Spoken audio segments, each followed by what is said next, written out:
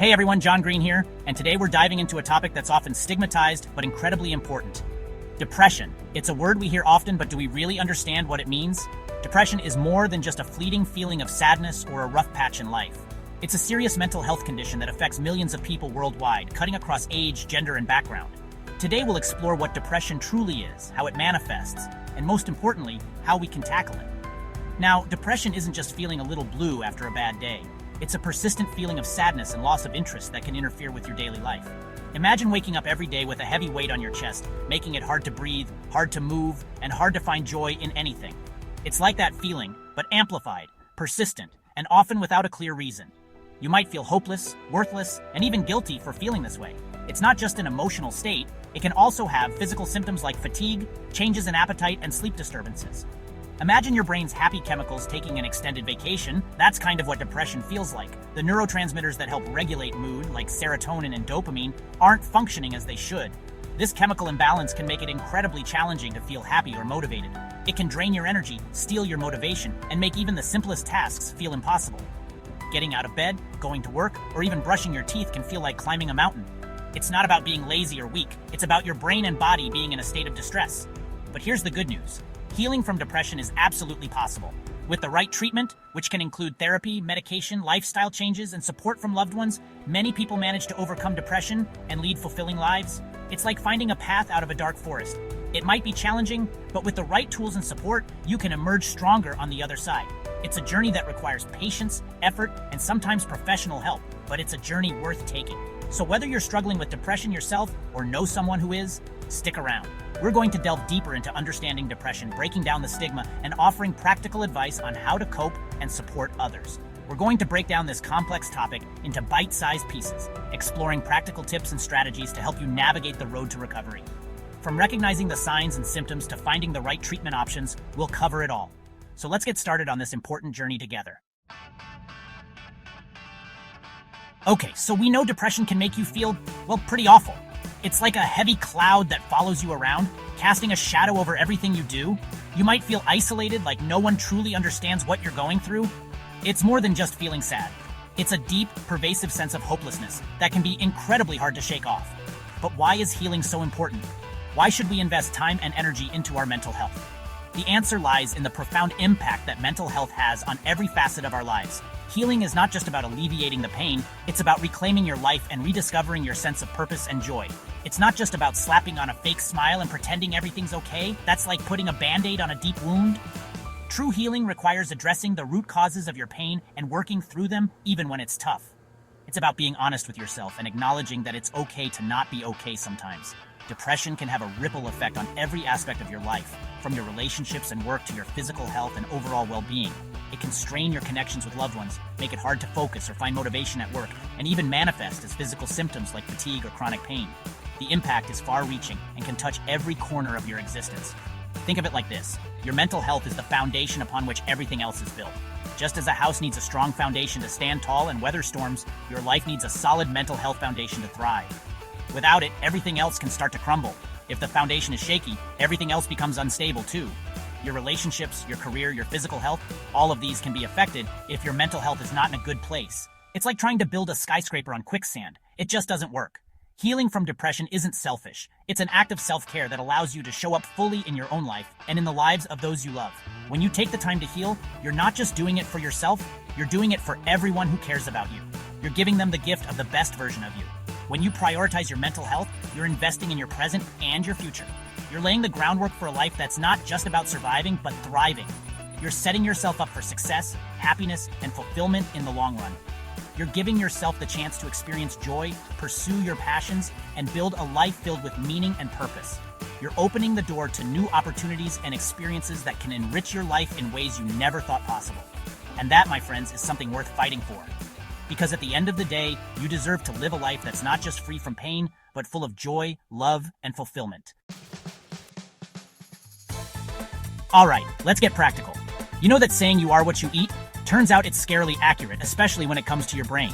Just like a car needs the right fuel to run smoothly, your brain needs a balanced diet to function at its best. Think of fruits, vegetables, and whole grains as premium fuel for your brain, while processed foods, sugary drinks, and excessive caffeine are like putting diesel in a gasoline engine. Not a good idea. And don't underestimate the power of exercise. I know. Sometimes even the thought of putting on your sneakers feels exhausting when you're depressed. But trust me, even a little bit of movement can make a world of difference. Exercise releases endorphins, those feel-good chemicals that can boost your mood, reduce stress, and improve your sleep. Here's a little secret. Your brain can be a real jerk sometimes. When you're depressed, it's like having a negative voice on repeat, constantly whispering doubts, fears, and self-criticisms. But here's the thing. You don't have to believe everything you think. Think of your negative thoughts like spam emails. You wouldn't open every spam email and let it dictate your day, right? The same goes for negative thoughts. Learn to recognize them for what they are, unhelpful and often untrue, and choose not to engage with them. Instead of getting caught in a spiral of negativity, try challenging those thoughts. Ask yourself, is this thought really true? What evidence do I have to support it? What's a more balanced or helpful way to look at the situation? Remember, you have the power to choose which thoughts you give your attention to. Section 5. Mindfulness and meditation. Finding calm in the chaos. Okay, I know what you're thinking. John, you're going to tell me to meditate, aren't you? And you're right, I am. But before you roll your eyes and click away, hear me out, I get it. The idea of sitting still and doing nothing can seem boring or even pointless, especially when you're feeling overwhelmed. But mindfulness and meditation are far from doing nothing. They are active practices that engage your mind in a unique way. Mindfulness and meditation aren't just for hippies or monks. They're powerful tools that can help anyone, especially those struggling with depression. These practices have been scientifically proven to reduce stress, improve focus, and enhance emotional well-being. They can help you gain a new perspective on stressful situations, build skills to manage your stress, and increase your self-awareness. Think of mindfulness as mental training. Just like you would train your body to become stronger and more resilient, you can train your mind to be more focused and calm. It's about learning to pay attention to the present moment without judgment. This means observing your thoughts and feelings without getting caught up in them. It's about learning to pay attention to the present moment without judgment. It's like hitting the pause button on the constant stream of thoughts racing through your mind and simply observing them without getting swept away. This can be incredibly liberating and can help you feel more grounded and centered. It's like hitting the pause button on the constant stream of thoughts racing through your mind and simply observing them without getting swept away. Imagine being able to step back from your thoughts and emotions and view them from a distance. This can give you a sense of control and help you respond to situations more calmly and thoughtfully. Meditation, on the other hand, is like taking your mind to the gym. It's about training your attention and building your ability to focus. And the best part? You don't need any fancy equipment or years of practice to get started. You can begin with just a few minutes a day and gradually increase the time as you become more comfortable with the practice. It's about training your attention and building your ability to focus. And the best part? You don't need any fancy equipment or years of practice to get started. You can begin with just a few minutes a day and gradually increase the time as you become more comfortable with the practice. The key is consistency. Even a few minutes of mindfulness or meditation each day can make a difference. You don't need any fancy equipment or years of practice to get started. You can begin with just a few minutes a day and gradually increase the time as you become more comfortable with the practice. The key is consistency. Even a few minutes of mindfulness or meditation each day can make a difference. Over time, you'll likely find that you feel more relaxed, more focused, and better able to handle whatever life throws your way. Even a few minutes of mindfulness or meditation each day can make a difference. So, why not give it a try? You might be surprised at how much calmer and more centered you feel. Remember, it's not about achieving perfection, it's about making a little progress each day. And in the chaos of our busy lives, finding even a moment of calm can be incredibly powerful. Section 6. The power of connection. You're not alone in this. Here's the thing about depression. It thrives in isolation. When you're feeling down, it's tempting to withdraw from the world and shut everyone out. But here's the thing. Connection is crucial for healing. Think of it like this. When you're feeling lost and alone in the dark, sometimes all it takes is one person reaching out their hand to guide you back to the light. Talking to a trusted friend, family member, therapist, or support group can provide a lifeline of understanding, encouragement, and hope. Remember, you don't have to go through this alone. Sharing your struggles with someone you trust can lighten the burden, provide a fresh perspective, and remind you that you're not a burden. You're loved and valued. Section 7. Seeking professional help. No shame in asking for directions. Okay, let's talk about something that often carries a lot of stigma: seeking professional help.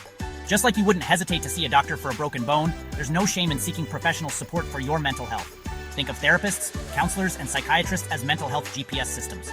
They can help you navigate the complex terrain of depression, provide evidence-based treatments, and offer personalized strategies for coping and healing. Remember, asking for help is a sign of strength, not weakness. It takes courage to acknowledge when you need support and to take proactive steps towards healing. So if you're struggling, don't hesitate to reach out to a mental health professional.